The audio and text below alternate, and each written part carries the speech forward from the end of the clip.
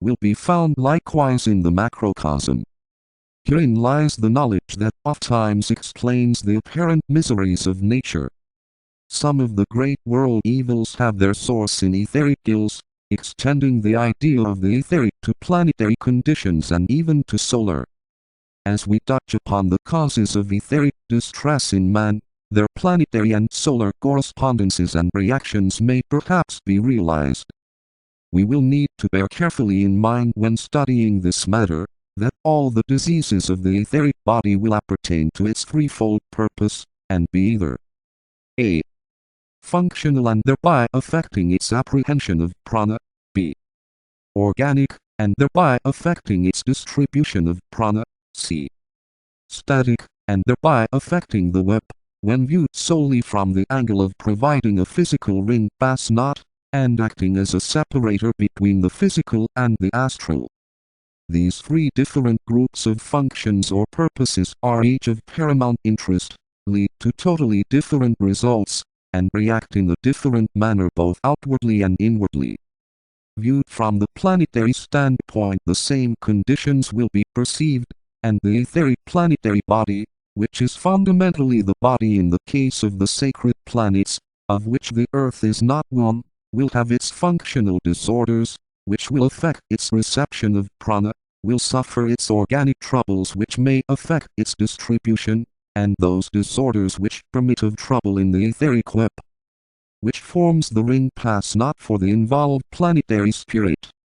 Here I would point out that in the case of the planetary spirits who are on the divine evolutionary arc, the heavenly men whose bodies are planets, the etheric web does not form a barrier, but, like the karmic lords on a higher plane, they have freedom of movement outside the bounds of the planetary web within the circumference of the solar ring pass knot.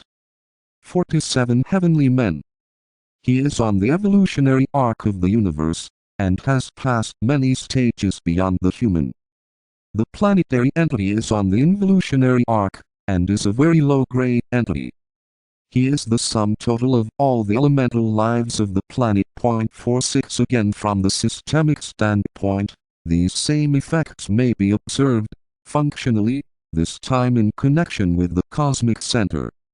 Organically, in connection with the sum total of the planetary systems. And statically, in connection with the solar or logoic ring pass knot. We might now, for purposes of clarity, take up these three groups separately, and briefly touch upon them and hint, for more will not be possible, at methods of cure and of adjustment. A. Microcosmic functional disorders. These have to do with the reception by man, via the necessary centers, of the pranic fluids. We must always bear in mind, and thus keep the distinction clear, that these emanations of prana have to do with the heat latent in matter. When received and functioning through the etheric body correctly, they cooperate with the natural latent bodily warmth, and, merging therewith, hold the body in a vitalized condition, imposing upon the matter of the body a certain rate of vibratory action that leads to the necessary activity of the physical vehicle, and the right functioning of its organs. It will, therefore, be apparent that the ABC of bodily health is wrapped up in the right reception of prana, and that one of the basic changes that must be made in the life of the human animal, which is the aspect we are dealing with now, will be in the ordinary conditions of living. The three fundamental centers whereby reception is brought about must be allowed to function with greater freedom, and with less restriction. Now, owing to centuries of wrong living, and to basic mistakes, originating in Lemurian days, man's three pranic centers are not in good working order. The center between the shoulder blades is in the best receptive condition, though owing to the poor condition of the spinal column, which in so many is out of accurate alignment, its position in the back is apt to be misplaced. The splenic center near the diaphragm is subnormal in size, and its vibration is not correct. In the case of the aboriginal dwellers in such localities as the South Seas, better etheric conditions will be found. The life they lead is more normal, from the animal standpoint, than in any other portion of the world. the race suffers from certain incapacities, which may be described as follows. First, inability to tap pranic currents, owing to the unhealthy lives passed by so many. This involves the cutting off of the source of supply, and the consequent atrophying and shrinkage of the receptive centers. This is seen in an exaggerated form in the children of the congested quarters of any great city, and in the vitiated anemic dwellers of the slums. The cure is apparent: the bringing about of better living conditions, the employment of more appropriate clothing, and the adoption of a freer and more salubrious mode of living.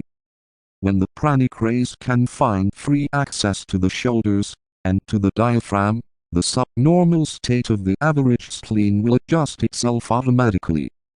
Second, overability to tap pranic currents. The first type of functional disorder is common and widespread. Its reverse can be found where conditions of life are such that the centers, through too direct and prolonged submittal to solar emanation, become overdeveloped, vibrate too rapidly, and receive prana in too great an amount. This is rare, but is found in some tropical countries, and is responsible for much of the troublesome debility that attacks dwellers in these lands. The etheric body receives prana or solar rays too rapidly, passes it through, and out of the system with too much force, and this leaves the victim a prey to inertia and devitalization. Putting it otherwise, the etheric body becomes lazy, is like an unstrung whip, or, to use a very homely illustration, it resembles a tennis racket, which has become too soft, and has lost its resilience. The inner triangle transmits the pranic emanations with too great rapidity, giving no time for the subsidiary absorption, and the whole system is thereby the loser. Later it will be found that many of the ills that Europeans, living in India, fall heir to, originate in this way. And by attention, therefore, to the spleen, and by wise control of living conditions, some of the trouble may be obviated. In touching upon similar conditions in the planet, both these types of trouble will be found. More cannot be said, but in the wise study of solar radiation upon the surface of the planet in connection with its rotary action, some of the group rules of health may be comprehended and followed. The spirit of the planet, or the planetary entity, likewise has his cycles, and in the absorption of planetary prana, and in its correct distribution, lies the secret of fertility and equable vegetation. Much of this is hidden in the fabled story of the war between fire and water, which has its basis in the reaction of the fire latent in matter, to the fire emanating outside of matter, and playing upon it. In the interval that has to elapse while the two are in process of blending, come those periods where, through karmic inheritance, reception is unstable and distribution inequable. As the point of race equilibrium is reached, so planetary equilibrium will likewise be attained, and in planetary attainment will come the equilibrium that must mutually take place between the solar planets. When they attain a mutual balance and interaction, then the system is stabilized and perfection reached. The even distribution of prana will parallel this balancing in the man, in the race, in the planet and in the system. This is but another way of saying that uniform vibration will be achieved.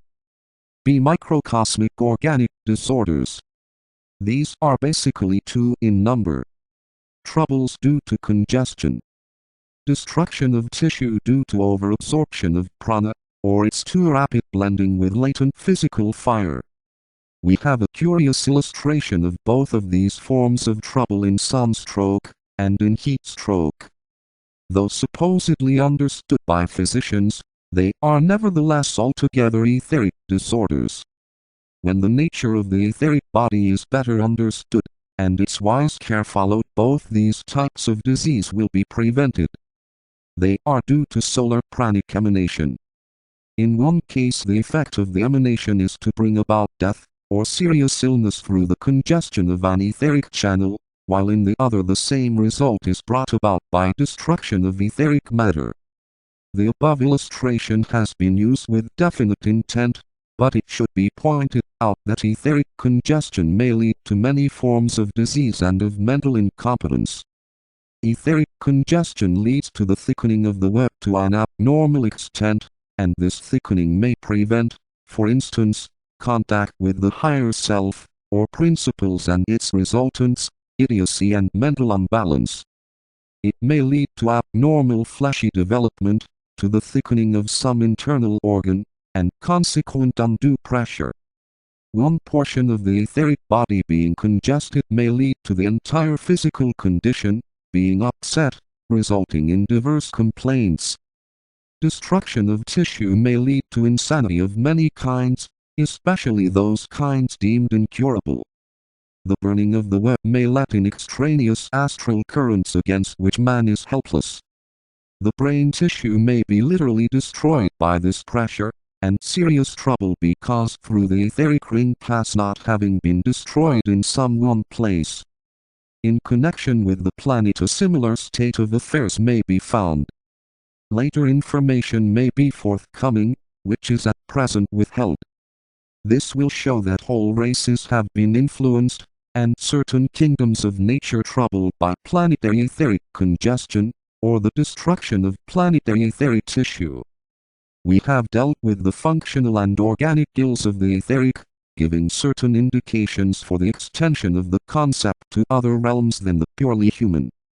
In the human kingdom lies the key, but the turning of that key opens up a door to a wider interpretation as it admits one into the mysteries of nature.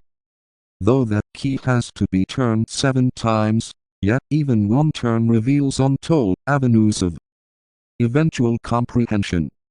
48. The Keys to the Secret Doctrine, by H. P. Blavatsky. CSD, I. 343. Note. II. 551. 1. Every symbol and allegory has 7 keys. S. D. II. 567. III. 3. 2. Only 3 keys available in the 19th century. S. D. II. 543. Compare II. 617, 842. 3. There are 7 keys to the entrance door to the mysteries. S. D. II. 178. Compare I. 346. II, 330. II, 668. II, 731. 4. The keys, as hinted by H.P.B., are A. Psychological. S. D. II, 25. Note. I. 389. B. Astronomical. S. D. II, 25. Note. I. 389. II, 198. C. Physical or physiological. S. D. II, 25. Note. II, 198. D. Metaphysical. S. D. II, 25. Note. II, 394. E. Anthropological. S. D. I. 389. II, 100.